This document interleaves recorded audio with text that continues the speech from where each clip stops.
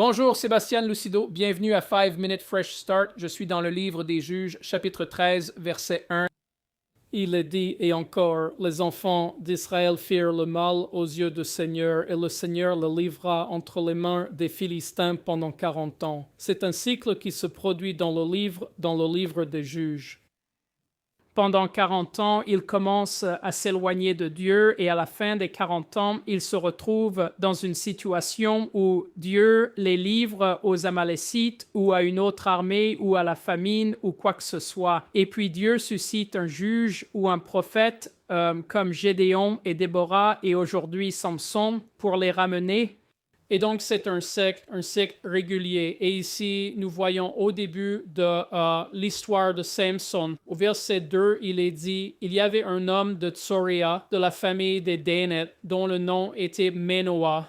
Sa femme était stérile et n'avait pas d'enfant. Et l'ange du Seigneur apparut à la femme et lui dit, « Maintenant, l'ange du Seigneur dans l'Ancien Testament, c'est Jésus. » Donc Jésus avant Bethléem est l'ange du Seigneur. Généralement, dans l'Ancien Testament, l'ange du Seigneur parlait à Abraham. Il est la partie de la divinité qui pouvait interagir avec les humains. Dieu, le Père, vous pouviez l'entendre, mais vous ne pouviez pas le voir, sinon un humain mourrait. L'ange du Seigneur apparut à la femme et lui dit, « En vérité, tu es stérile et n'as pas eu d'enfant, mais tu concevras et enfanteras un fils. Maintenant donc veille à ne pas boire de vin ou de boissons similaires et à ne rien manger d'impur, car voici, tu concevras et enfanteras un fils. Aucun rasoir ne passera sur sa tête, car l'enfant sera un Naziréen pour Dieu dès le ventre. Il commencera à délivrer Israël de la main des Philistins. Et donc, c'est une naissance miraculeuse. Je veux dire, encore une fois, c'est de la stérilité à la bénédiction, n'est-ce pas? Nous le voyons plusieurs fois dans les Écritures. La puissance de Dieu se manifeste en quelqu'un qui est stérile pour surmonter la stérilité et donner naissance à un enfant. Donc, la chose intéressante à propos de Samson est son appel de Nazirite. Très peu d'hommes dans les Écritures. Il y en a quelques-uns. Jean-Baptiste en était un qui sont appelés à être naziréens toute leur vie. Habituellement, c'est un vœu qui dure 1 an ou 2 ans ou 5 ans. Mais le vœu de Naziréen était sur sa vie dès la naissance. Et l'ange du Seigneur Jésus dit à sa mère de vivre comme un nazirite, de l'élever comme un nazirite. Un vœu de nazirite implique de ne jamais couper ses cheveux. Donc, toute pilosité faciale, tout ce qui est sur votre tête, tout ce qui est au-dessus du cou, votre barbe, vous ne rasez pas, vous ne coupez pas vos cheveux. Vous pouvez vous toiletter, mais vous ne pouvez pas couper vos cheveux. Vous ne pouvez pas boire de boissons fermentées. Même le jus de raisin, vous ne pouvez pas en boire. Je veux dire, si vous lisez les nombres, vous verrez que, vous savez, tout ce qui est fermenté comme le vin ou le vinaigre, tout cela vous est interdit. Même le jus de raisin, vous ne pouvez pas en avoir. Vous êtes interdit dans un vœu de nazirite d'en consommer. Vous ne pouvez pas vous approcher ou toucher un corps mort. Même si vos parents meurent, vous ne pouvez pas les préparer pour l'enterrement. Vous ne pouvez tout simplement pas. C'est interdit. La force de Samson résidait dans son vœu de naziréat et il le rompait régulièrement. Tout d'abord, un appel et un but de Dieu ne vous dispensent pas du caractère. Il avait un caractère terrible. Nous voyons dans, je pense que c'est Juges 15 ou 16, il entre dans une ville et trouve une prostituée. Il veut épouser une femme des Philistins.